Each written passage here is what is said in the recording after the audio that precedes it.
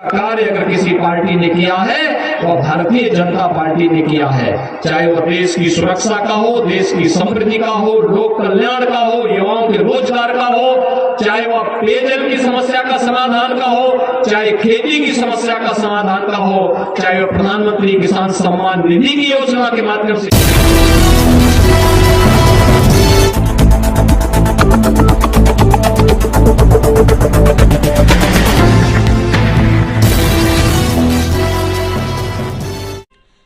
नमस्कार, आप देख रहे हैं इंडिया न्यूज 24 टीवी न्यूज और मैं हूं आपके साथ भावना। चलिए रुक करते हैं खबरों की ओर। हरि विष्णु कामत स्टेडियम में उत्तर प्रदेश के मुख्यमंत्री विधानसभा चुनाव के स्टार प्रचारक योगी आदित्यनाथ ने नरसिंहपुर जिले के भारतीय जनता पार्टी के चारों प्रत्याशी के पक्ष में एक विशाल आम सभा को संबोधित किया। करेली से भागीरथ तिवारी की रिपोर्ट।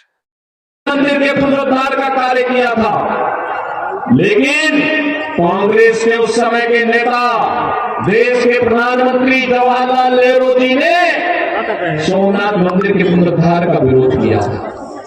कांग्रेस चाहती नहीं थी कि राम मंदिर का पुनरुद्धार हो, सोमनाथ के मंदिर का पुनरुद्धार हो। कांग्रेस समस्या देने वाली थी, लेकिन भाइयों बहनों, जैसे ही उत्तर प्रदेश में डबल इंजन की भाजपा की सरकार आई और प्रधानमंत्री मोदी जी के आह्वान पर आज समस्या का समाधान हो गया।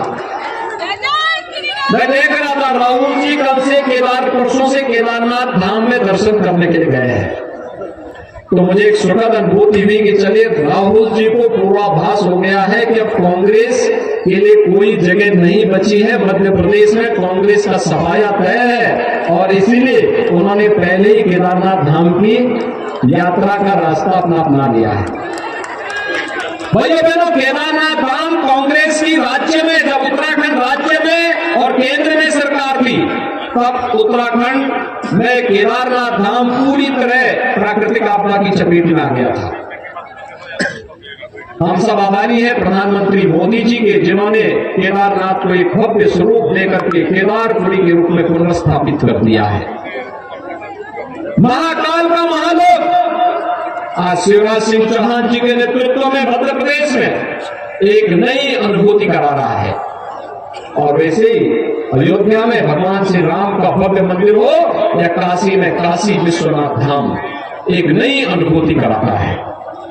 भाइयों बहनों, विकास की योजनाओं के बारे में अगर आप देखेंगे, इंफ्रास्ट्रक्चर के जो कार्य हो रहे हैं, उस दौरान उन्होंने देश के अंदर हर प्राचीन धार्मिक स्थलों को एक नया स्वरूप देने का बड़ा अभियान प्रारंभ किया था और कोई प्रमुख धार्मिक स्थल ऐसा नहीं था जिसके लिए उन्होंने उस समय धनराशि देकर के अपनी विरासत को सम्मानित करने का कार्य और गौरवान्वित करने का कार्य में किया हो। भाइयों बहनों, एक लोगों के मन में एक लालसा होती है। यह कार्य 1947 में भी हो सकता था, उसके बाद बनी हुई कांग्रेसियों की विभिन्न सरकारों में भी हो सकता था, उन्होंने नहीं किया।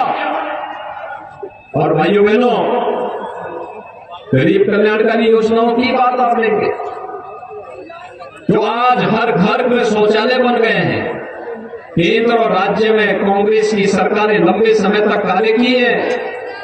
यह कार्य कांग्रेस भी कर सकती थी, हर घर को आवास दे सकती थी, हर गरीब को आवास दे सकती थी, हर घर में बिजली के कनेक्शन दे सकती थी, हर गरीब परिवार को स्वास्थ्य सुविधा का लाभ दे सकती थी, हर गरीब को उज्ज्वला योजना का कनेक्शन दे सकती थी।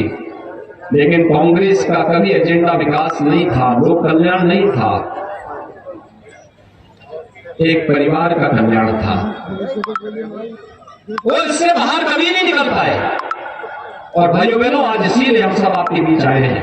भारतीय जनता पार्टी ने जो कहा वो करके दिखाया, समाधान किया और समाधान को निकाल करके आपके बीच में लाने का कार्य अगर किसी पार्टी ने किया है तो भारतीय जनता पार्टी ने किया है। चाहे वह देश की सुरक्षा का हो, देश की समृद्धि का हो, लोक कल्याण का हो, युवाओं के रोजगार का हो, चाहे वह पेयजल की समस्या का समाधान का हो, चाहे खेती की समस्या का समाधान का हो, चाहे वह प्रधानमंत्री किसान सम्मान निधि की योजना के माध्यम से हर किसान को सम्मानित करने का कार्य हो। ये सभी कार्य तो भारतीय जनता पार्टी ने, प्रधानमंत्री मोदी जी ने किया। और भाइयों बहनों, इसीलिए हम सबका एक संकल्प होना चाहिए। आप देखिए ना, भारतीय जनता पार्टी ने विधानसभा चुनाव की जिससे मध्य प्रदेश में किसी भी प्रकार का कोई कंफ्यूजन दूर हो सके, केंद्रीय मंत्रियों को भी विधानसभा के चुनाव में उतार करके जनता से कहा है, आप चिंता मत करिए, आपके साथ हमारे एक एक कार्यकर्ता खड़ा होकर के जनता के साथ हमेशा उनके सुख दुख में खड़ा होकर के कार्य करेगा। और भाइयों बहनों, उसी में श्री प्रहलाद सिंह पटेल जी भी नरसिंहपुर से आपके प्रत्याशी के रूप में आपके बीच में है।